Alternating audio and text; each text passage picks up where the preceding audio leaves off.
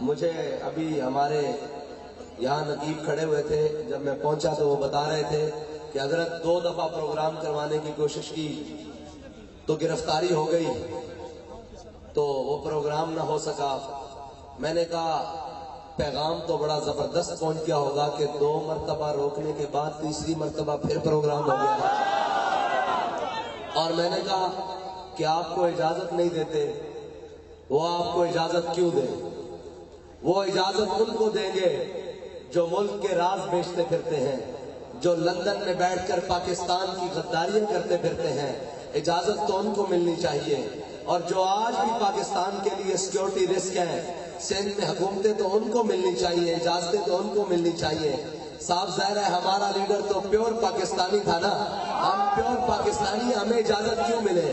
وہ سمجھتے ہیں یہ پرامن ہے۔ میں نے کہا ہم پرامن ضرور ہیں، کمزور نہیں ہیں۔ ہاں، جب دل چاہے گا اجازت تمہارے اندر سے ہاتھ ڈال کے نکال لیں گے، کوئی کمزوری بات نہیں ہے، یہ ہماری شرافت سمجھو۔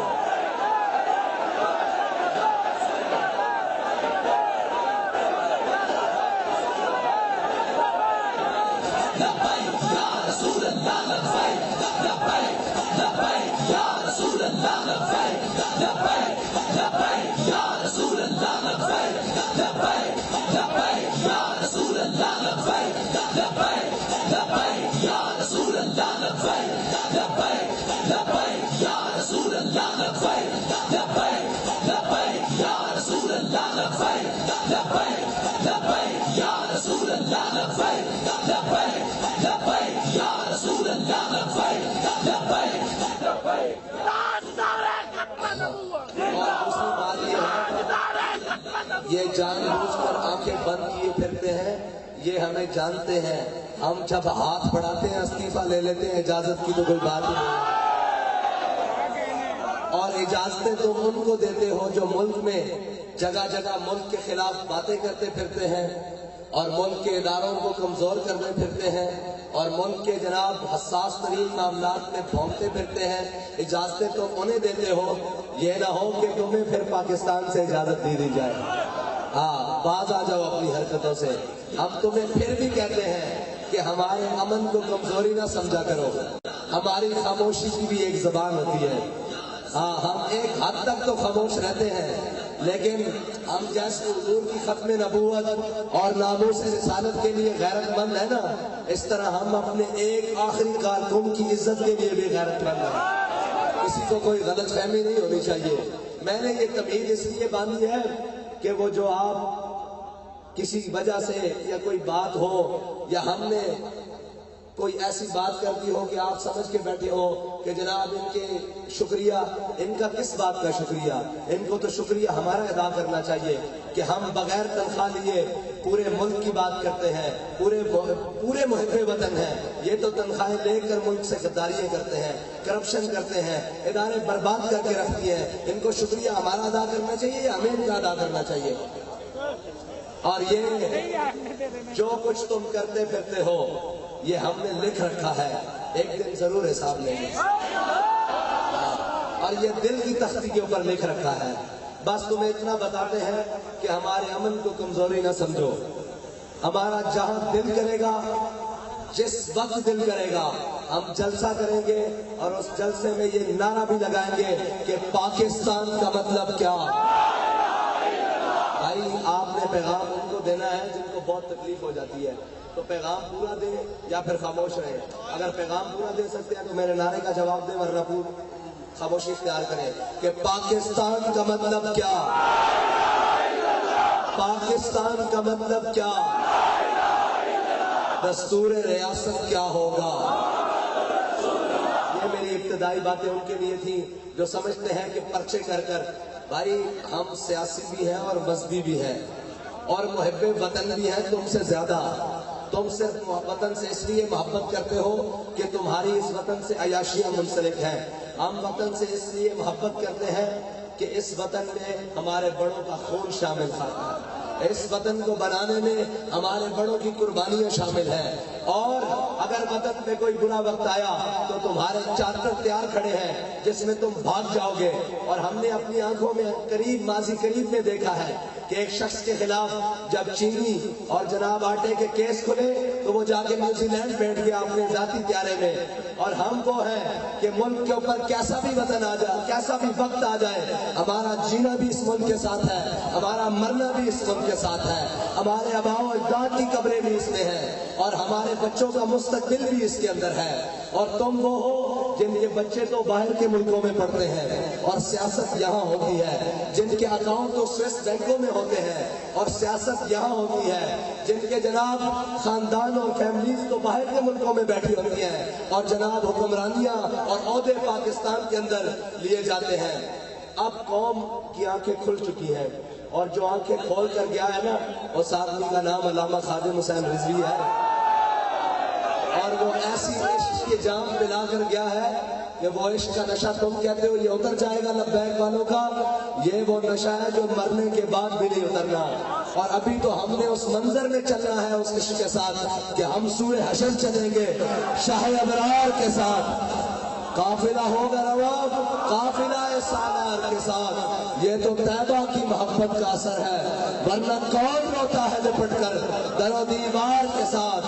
اور ہم بھی سنیں گے مظہر کوئی نعت رنگی گر ملاقات ہو گئی شاعر دربار کے ساتھ. میری ابتدائی باتیں ان کے لیے تھی جو اپنے آپ کو اس ملک کے مامے سمجھتے ہیں, اور وہ اس ملک کے کسی بھی کھاتے میں مامے اس وقت تک ہیں جب تک ہم انہیں مانتے ہیں.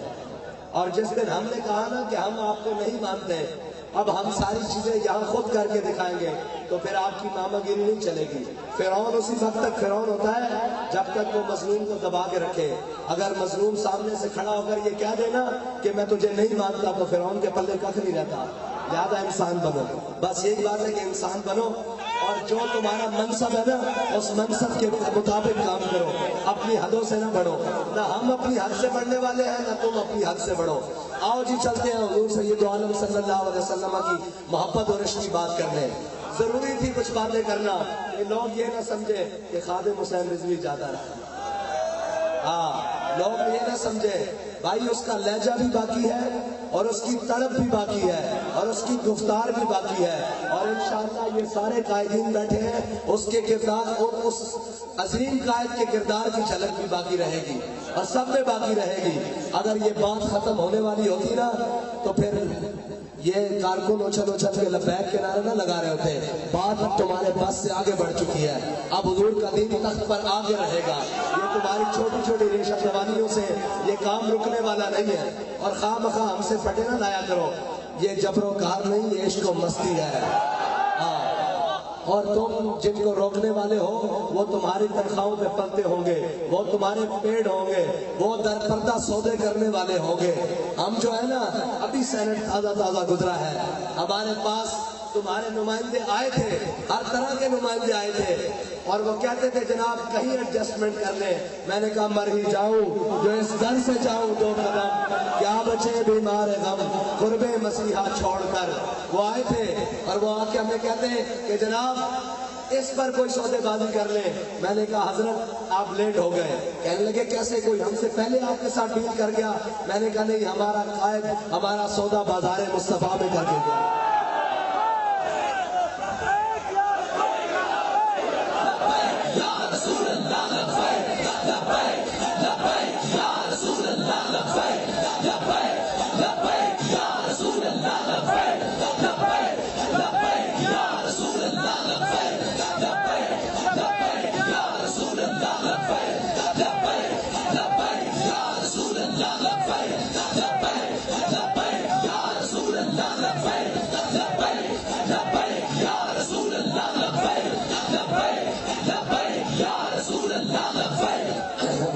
کہ علامہ اقبال فرماتے ہیں غیرت بڑی چیز ہے جہان تگ و دو میں, غیرت بڑی چیز ہے جہان تگ و دو میں, پہناتی ہے درویش کو تاج سر دارا.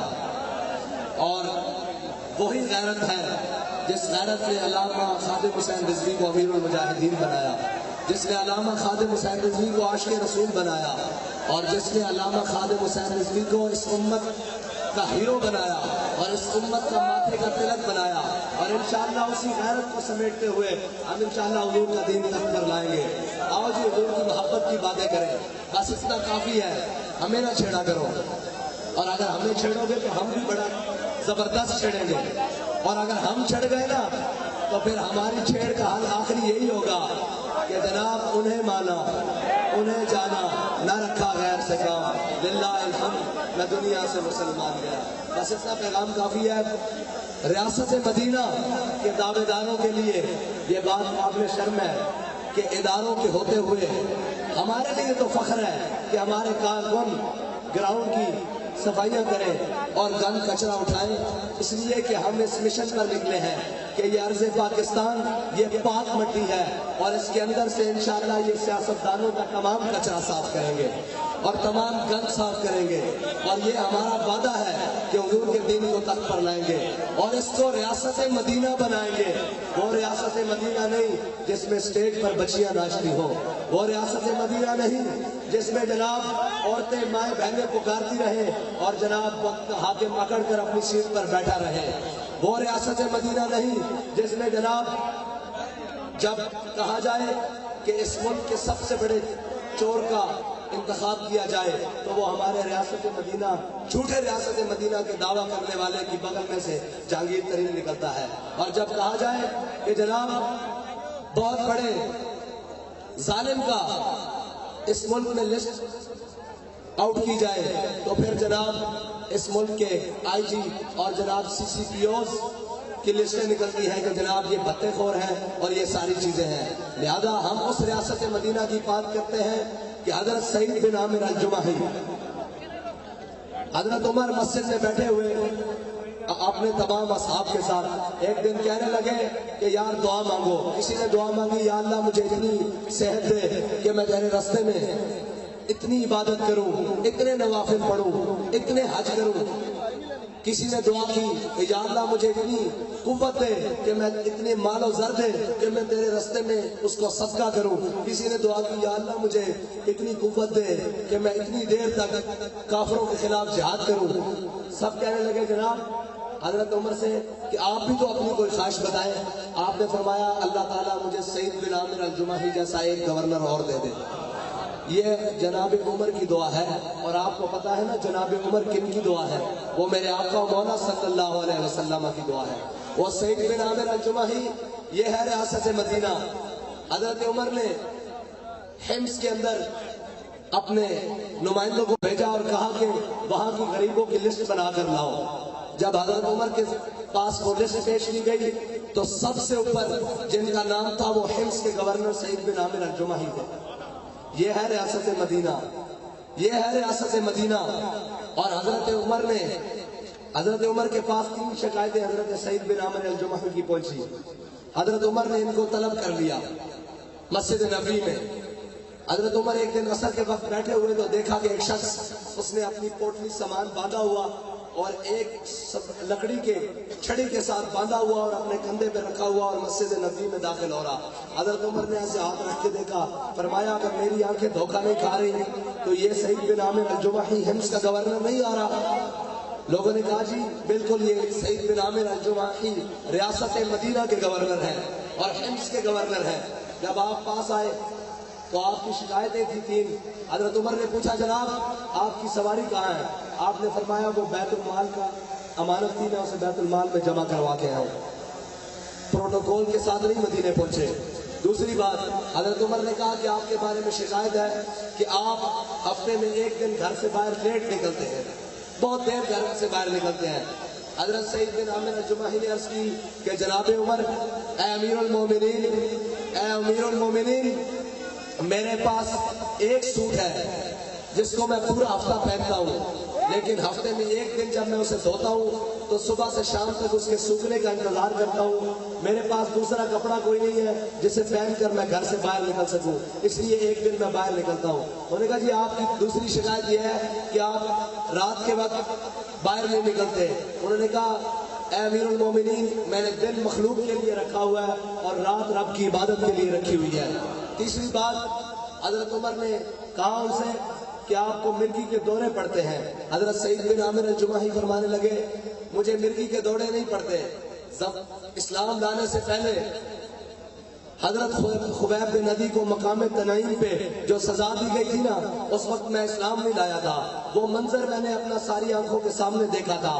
جب وہ منظر مجھے یاد آتا ہے تو میں بے ہوش ہو جاتا ہوں. اس لیے تو حضرت عمر فرمانے لگے اے سعید بن عامر الجماحی تمہارا گزارا کس طرح ہوتا ہے؟ آپ فرمانے لگے جب آپ مجھے بیت المال میں سے تنخواہ بھیجتے ہیں نا، جب تک اس تنخواہ کو میں غریبوں میں بانٹ نہیں لیتا اس وقت تک میں اپنے گھر میں نہیں جاتا. یہ ہے ریاست مدینہ، یہ ہے ریاست مدینہ کے حاکم. اور ریاست مدینہ کے سب سے پہلے حاکم جناب سیدنا صدیق اکبر، افضل الخلق بعد الانبیاء. اور میرے آقا و مولا نے فرمایا میں نے سب کے احسان اتار دیے، صدیق کے احسان آج بھی اسلام پر باقی ہیں. اور میرے آقا و مولا سے پوچھا گیا یا رسول اللہ صدیق کے احسان کس طرح اتریں گے؟ میرے آقا نے فرمایا جب قیامت والے دن اللہ اولین و آخرین سب کو جمع کرے گا اور سب کو بلا کر اپنی زیارت کروائے گا اور پھر سب کو بھیج دیا جائے گا. حضرت آدم علیہ السلام سے لے کر حضور کی آخری امتی تک سب کو بھیج دیا جائے گا. پھر جناب صدیق اکبر کو اکیلا بلایا جائے گا اور کہا جائے گا صدیق جو تو نے اسلام پر احسان کیے نا آج ان کا بدلہ لے لے. علامہ اقبال فرماتے آمن الناس بر مولا ماں آم کلیم اول سینہ ماں. یہ ہے ریاست مدینہ کے حاکم جنہوں نے اسلام کے لیے کام کیا ہے، جنہوں نے اپنے وطن کے لیے کام کیا ہے اور اپنے قوم کو لوٹا نہیں ہے، دو نمبریاں نہیں کی، بلکہ قوم کی فلاح و بہبود کے لیے وہ کام کیے ہیں کہ حضرت صدیق اکبر جب خلیفہ بنے تو اگلے دن اپنا سامان باندھا تجارت کا اور بازار کی طرف چل پڑے. حضرت عمر سے ملاقات ہو گئی. حضرت عمر نے پوچھا جناب آپ امیر المومنین بن گئے ہیں، کدھر جا رہے ہیں؟ حضرت صدیق اکبر فرمانے لگے کہ میں تجارت کے لیے جا رہا ہوں، کرپشن کے لیے نہیں، اداروں کو لوٹنے کے لیے نہیں، سوئس بینک میں اکاؤنٹ بنانے کے لیے نہیں، پناما لیکس کے لیے نہیں، سرے محل بنانے کے لیے نہیں، لندن اپارٹمنٹس کے لیے نہیں، بچوں کو بیرونی تعلیم پڑھانے کے لیے نہیں، میں حق حلال تجارت کرنے کے لیے بازار میں جا رہا ہوں. حضرت عمر فرمانے لگے آپ امیر المومنین بن گئے، آپ کو تجارت کی اجازت نہیں، آپ واپس گھر چلیں، میں اس امت کے امین ابو عبیدہ بن جراح کو لے کر آ رہا ہوں، ہم آپ کی تنخواہ مقرر کرتے ہیں. حضرت ابو عبیدہ بن جراح کے ساتھ جب حضرت عمر حضرت صدیق اکبر کے پاس پہنچے تو حضرت صدیق اکبر کی تنخواہ مقرر کی. ذرا سنیے کتنی تنخواہ ہے، جتنی مدینے کے ایک مزدور کی تنخواہ. یہ ہے ریاست مدینہ اور یہ ہے مدینہ کے حاکم. اب سنیں آگے جو لذت کی بات ہے، جس اسلام سے آپ کو قدغن ہے نا، جس اسلام سے آپ کو تکلیف ہے اور جس اسلام سے آپ کو ڈر لگتا ہے، وہ اسلام وہ ہے جو ابو بکر عمر کو اپنے پیچھے چلاتا ہے. وہ یہ نہیں کہتا کہ جہاں شکست ہو جائے تو پھر جناب اداروں کے خلاف بھوکنے شروع ہو جاؤ، پھر یہ کہہ دو کہ جناب انہوں نے دھاندلی کی، جدھر سے تم آئے وہاں کیا ریوڑیاں بن رہی تھی، وہاں بھی تو دھاندلی ہو رہی تھی. جن رستوں چور رستوں سے تم آئے ہو تو دھاندلی والوں کو دھاندلی سے ہی بھیجا جائے گا. جب تم نے دو نمبریاں کی ہیں، اب یہ سنیے گا غور کریے گا، وہ بات میں آپ کو سناتا ہوں تنخواہ والی. حضرت فاروق اعظم کے زمانے میں کیسر و کسرا فتح ہوئے. جب کسرا فتح ہوا نا، ایران فتح ہوا، حضرت سعد بن ابی وقاص نے سارا مال غنیمت جمع کر کے حضرت عمر کی بارگاہ میں بھیجا اور سعد نے خط بھیجا، چٹھی بھیجی. جب حضرت عمر نے کھول کے وہ چٹھی پڑھی تو اس چٹھی کے اوپر لکھا ہوا تھا کہ امیر المومنین ان مسلمان مجاہدوں کو بڑی بڑی قیمتی چیزیں اس مقام سے ملی ہیں جس مقام پہ اللہ کے علاوہ ان کو دیکھنے والا کوئی نہیں تھا، لیکن کسی ایک شخص نے بھی سوئی جتنی بددیانتی نہیں کی. حضرت عمر رونے لگے، مولا کائنات پیچھے کھڑے تھے، انہوں نے حضرت عمر کے کندھوں پر ہاتھ رکھ کے بڑی خوبصورت بات کی جو اس امت کے لیے مینار نور ہے. فرمانے لگے اے عمر روتا کیوں ہے؟ جب تو بددیانت نہیں، تیری رعایا کیسے بددیانت ہو سکتی ہے؟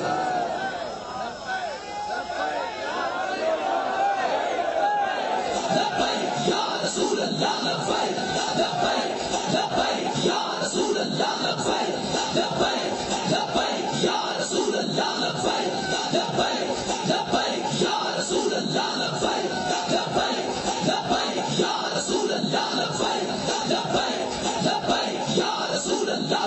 آپ سنیے جی کہ حضرت عمر نے فرمایا، حضرت مولا کائنات نے فرمایا تھا کہ جب تو ان کا سربراہ ہے، تو بددیانت نہیں، تو تیری رعایا کیسے بدیانت ہو سکتی ہے؟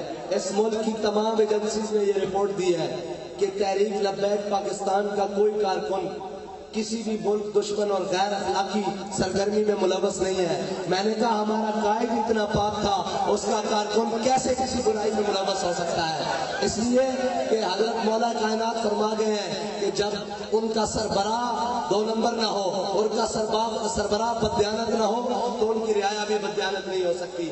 ہمارا قائد کسی قسم کا کوئی داغ لے کر دنیا سے نہیں لے گیا، کوئی دنیا سے داغ نہیں لے کر گیا، بلکہ ایک انعام لے کر گیا ہے کہ جب لوگ پہلے کہا کرتے تھے کہ خادم رضوی خادم رضوی، لیکن ان کے جانے کے بعد ہر کوئی کہتا ہے عاشق رسول علامہ خادم حسین رضوی، تو یہ ایوارڈ لے کر گیا ہے۔ اس ایوارڈ کے لیے ضروری ہے کہ حضور کے دین پر عمل کرنا ہوگا اور اس دین محمد، اس دین حبیب صلی اللہ علیہ وسلم کو، دین اسلام کو سینے کے ساتھ لگانا ہوگا۔ یہ نہیں کہ عید والے دن نیا سوٹ پڑھ کر عید پڑھی اور یہ کہا کہ اسلام مکمل ہو گیا، نہیں، اسلام بڑا ڈاڈا ہے۔ استاد صاحب فرمایا کرتے تھے، ہم سب کے قائد، ہمارے دلوں کی دھڑکن فرمایا کرتے تھے کہ اسلام بڑا ڈاڈا، وہ بندے ہمیں نہیں لینا، وہ بندے لین لگے پہلے کھڑکاندہ، انہیں صحابہ نو کھڑکایا، پہلے بدر چ لے گیا، پھر احد لے گیا، پھر خندق لے گیا، پھر مریسی لے گیا، پھر مستلق لے گیا، پھر جب سارے کھڑکا لینا تو پھر رب کی طرفوں پیغام آیا، رضی اللہ عنہم ورضوا عنہ، میرے حبیب رب نے ناراضی ہو گیا، اے رب ناراضی ہو گیا۔ اصل اے رضا چاہن واسطے پہلے فضائے بدر پیدا کرنی پیندی، اے نہیں کہنا پہندا کہ جناب کشمیر دا مسئلہ ہوئے کہ جناب آدھا گھنٹہ روڈ تے کھڑے ہو جاؤ کشمیر حل ہو جائے گا، کشمیر آزاد ہو گیا آزاد، کشمیر دیا بیٹیاں لٹدیاں رہیاں، کشمیر آزاد ہو گیا۔ وہ کراچی کے اندر ساڑھے قائد پریس کانفرنس کر رہے سن نا، تو ایک صحافی نے سوال پوچھا، انہوں نے کہا جناب اتنے جارحانہ رویے کے ساتھ آپ اقوام عالم میں کیسے چلیں گے؟ بڑا خوبصورت جواب دیتا، فرمان لگے کیڑا جارحانہ رویہ؟ عراق کے اندر 10 لاکھ مسلمان امریکہ مار دے، وہ جارحانہ نہیں، اسی حضور کی محبت کی گل کریے، انہاں دے اخلاق کی گل کریے، انہاں دی تلوار کی گل کریے، انہاں دے نظام کی گل کریے، اسی جارحانہ ہو گیا۔ فرمان لگے شام دے اندر مسلمانوں دے اتے قیامت گزر جاوے اور ساری دنیا دی قوتاں مل کر مسلمانوں مارن، وہ جارحانہ نہیں، اسی صرف برما دی روندی بچیاں کی گل کریے، اسی جارحانہ ہو گیا۔